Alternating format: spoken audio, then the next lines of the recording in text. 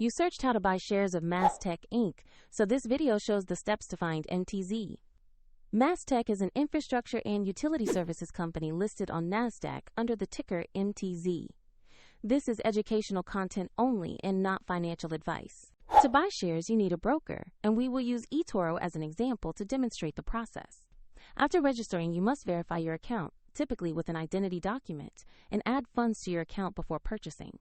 Use the platform search bar and enter the ticker MTZ to locate MasTec quickly. Select the result that matches the NASDAQ listing to open the correct stock page. On the stock page, review the basic company description and the price chart to confirm this is MasTec Inc.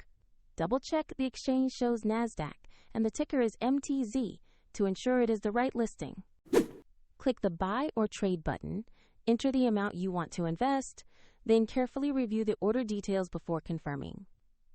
If the market is closed, your order may be queued or executed at the next open, and if funds are insufficient, the platform will prompt you to add money before the order completes.